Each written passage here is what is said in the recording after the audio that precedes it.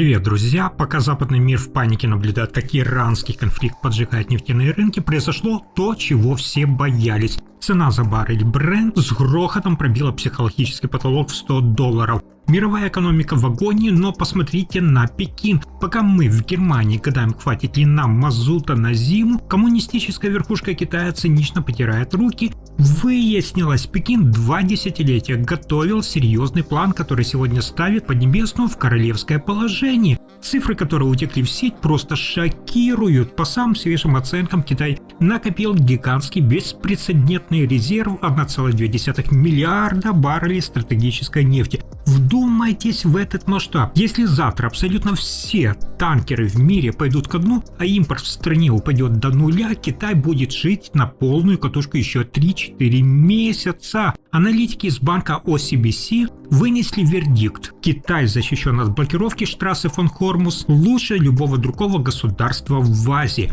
В то время как для мировой экономики это узкое горлышко, настоящая артерия жизни, через которую течет 31% всей мировой нефти, для Пекина это лишь небольшая царапина. Поставки нефти через Ормузский пролив составляют всего лишь 6,6% от общего энергопотребления Китая, а импорт газа по этому маршруту и вовсе ничтожный, смешные 0,6%. Пока Европа и Соединенные Штаты Америки замерзли в ожидании энергетического кризиса, Китай спокойно наблюдает, как его конкуренты один за другим скатываются в рецессию. Друзья, то, что мы видим сегодня в Китае, это результат 20-летнего стратегического планирования, от которого правительству в Берлине стоило бы откусить себе огромный кусок. Пока немецкие политики с закрытыми глазами годами заглатывали наживку в зависимости от российского газа, а после начала войны в Украине в панике метались по миру в поисках хоть какой-то альтернативы, Пекин системно и хладнокровно строил свою крепость.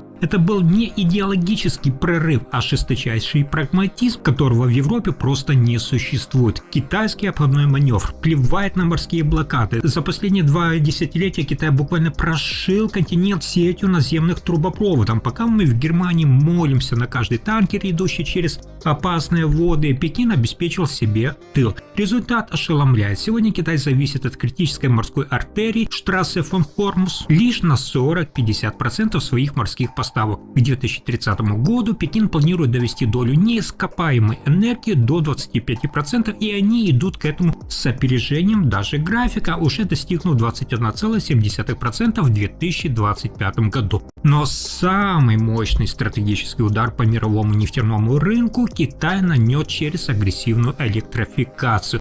Вдумайтесь в масштабы этого энергетического щита. Более половины всех новых проданных авто в Поднебесной – это New Energy Vehicles. Это машины, которые едят батареи, а не бензин. Только за счет перехода на электротягу, особенно в секторе тяжелых грузовиков, Китай уже вычеркнул из мирового спроса 1 миллион баррелей нефти в день. И это только начало. Эксперты прогнозируют, что в ближайшие 12 месяцев эта цифра подскочит еще на 600 тысяч баррелей ежедневно. Можно как угодно относиться к китайскому госкапитализму и авторитарным методам, но в вопросах выживания Пекин проявляет зловещую прозорливость. Это дичайший, просто пугающий контраст с тем, что мы пережили в Германии. Пока здесь под флагами идеологии отключали последние работающие атомные электростанции и кормили нацию иллюзиями, что ветер и солнце в одиночку вытянут промышленного гиганта, Китай прагматично строил самый мощный и диверсифицированный энергетический микс на планете. Пока Берлин строил воздушные замки, Пекин строил энергетический бункер, в котором нефтяной шантаж больше не работает. Друзья, чтобы понять масштабы грядущей катастрофы, достаточно взглянуть на большую тройку мировых потребителей нефти.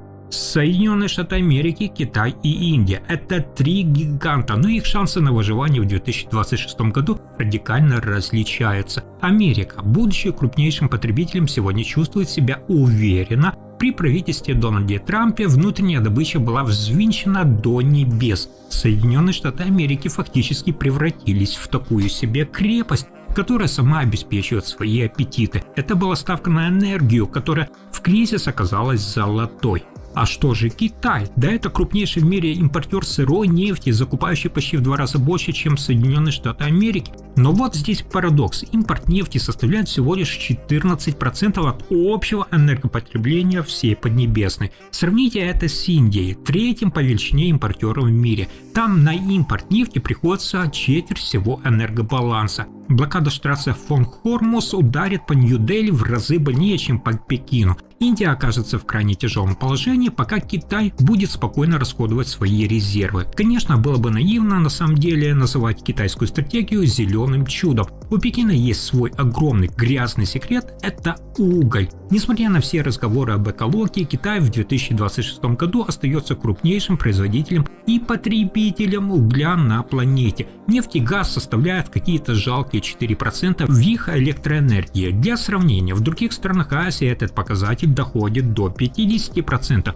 Весь этот электромобильный бум, о котором мы говорили, питается дешевым углем. Пока другие страны зависят от капризов арабских шейхов, Китай просто подкидывает угля в топку. И самое циничное, санкции Соединенных Штатов Америки против Ирана превратили Китай в главного и почти единственного покупателя иранской нефти. Около 20% китайского импорта идет именно из Тегерана.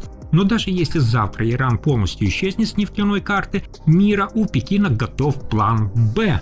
Эти объемы будут мгновенно замещены поставками из России. Единственный реальный риск для Китая – это 5 миллионов баррелей в день, которые идут из других стран залива через Ормузский пролив. Но с их запасами 1,2 миллиарда баррелей Пекин может позволить себе ждать, пока мировая экономика переживает серьезное потрясение. Друзья, какой урок из этого безумия должны извлечь мы с вами? Текущий кризис 2026 года только подтверждает, Китай не свернет со своего пути. Как метко заметила одна из ведущих аналитиков, этот шок лишь подчеркивает смертельные риски зависимости от импортной нефти и газа. Пока в Берлине Фридрих Мерц пытается, скажем так, латать дыры в бюджете, а Урсула фон дер Ляйен в Брюсселе выпускает очередные директивы, Пекин хладнокровно планирует нарастить свои резервы еще на 1 миллион баррелей в день в течение всего 2026 года. Они строят крепость, пока Европа строит бумажные замки. Для любого здравомыслящего наблюдателя выводы очевидны. Геополитика может перевернуть рынки с ног на голову за одну ночь. Если вы хотите защитить свои сбережения, забудьте об иллюзиях стабильности. Времена, когда военные конфликты резко толкают цены на нефть вверх, а валюты таят на глазах, требуют жестких решений. Физические драгоценные металлы снова доказывают, что они единственный надежный якорь безопасности.